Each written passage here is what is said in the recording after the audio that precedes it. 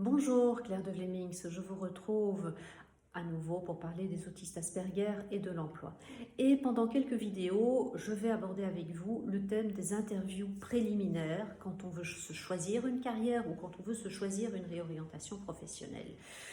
Alors, en tant qu'autiste Asperger, oui, ça c'est quelque chose qui nous fait paniquer, évidemment, parce que ça veut dire téléphoner, rencontrer des personnes qu'on ne connaît pas, gérer des interactions sociales, sortir de chez soi, etc. Donc c'est quelque chose qui peut être extrêmement stressant. Et le maître mot pour combattre ce stress, c'est vraiment la préparation. Mieux on est préparé, mieux ça ira. L'autre chose à savoir, c'est que les personnes, en général, aiment bien parler de ce qu'elles font. Donc, quand vous allez contacter des gens, souvent, vous allez vous trouver face à des personnes qui vont être bienveillantes. Parce que conduire ce genre d'interview préliminaire, bien, ça a plusieurs avantages. Premier avantage, c'est que vous allez pouvoir obtenir des informations que vous ne pouvez pas obtenir ailleurs. Deuxième avantage, c'est que vous allez pouvoir commencer à vous constituer un réseau. Ça va être utile le jour où vous allez vraiment chercher un emploi.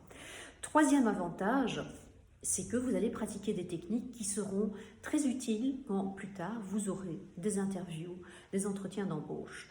Et donc, c'est vraiment quelque chose que l'on va apprendre à faire. C'est une technique que l'on peut acquérir.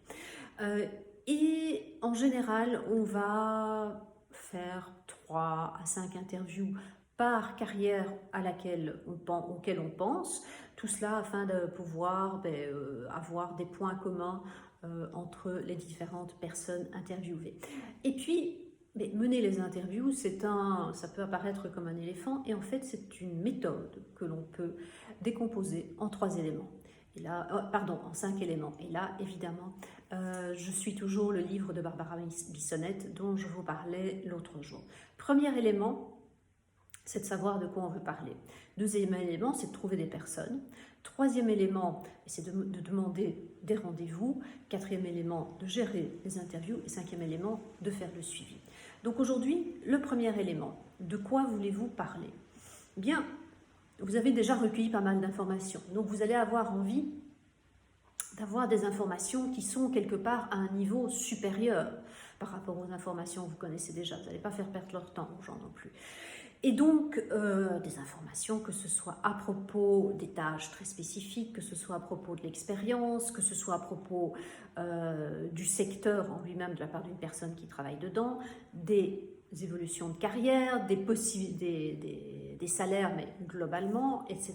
Vous allez également avoir besoin d'informations qui sont plus spécifiquement liées au syndrome d'Asperger. Et là, vous n'allez pas les demander de manière cash comme on pourrait le faire. Non, vous allez travailler de manière un peu plus subtile et vous pouvez, pour tout ce qui concerne l'interaction sociale ou hypersensibilité, poser par exemple des questions sur est-ce un travail en équipe, est-ce un travail où on est seul, combien d'heures de réunion passez-vous en semaine, etc., etc. Donc des questions qui sont relativement neutres, mais qui à vous vont vous permettre de vous faire une bonne idée par rapport aux interactions sociales à gérer. Après, il y a des questions que vous n'allez pas poser non plus. Une des questions que vous n'allez surtout pas poser, c'est demander à la personne combien elle gagne. Ça ne se fait pas. Deuxième type de questions à ne pas poser, c'est des questions reliées à votre syndrome d'Asperger, au vôtre et au mien, c'est-à-dire des questions du type tiens, comment est-ce que j'ai besoin de m'organiser, comment est-ce que je fais pour socialiser avec mes collègues, etc. Ça ne se pose pas non plus. Troisième type de question, troisième type de remarque que vous n'allez pas faire, c'est oh, je suis vraiment désespérée, ça fait des mois que je cherche un emploi. Ça aussi, vous passez sous silence. En fin d'interview, vous allez demander à la personne si elle a d'autres personnes à vous recommander pour des interviews, afin que vous puissiez continuer le processus. Une interview, ça va durer une trentaine de minutes et vous allez avoir le temps de poser 6 à 8 questions. 6 à 8 bonnes questions. Voilà, ceci termine pour aujourd'hui. Je vous retrouve la prochaine fois pour continuer sur la suite, pour voir comment vous allez identifier des personnes à interviewer. Je vous souhaite une belle journée, une belle soirée et je vous dis à très bientôt.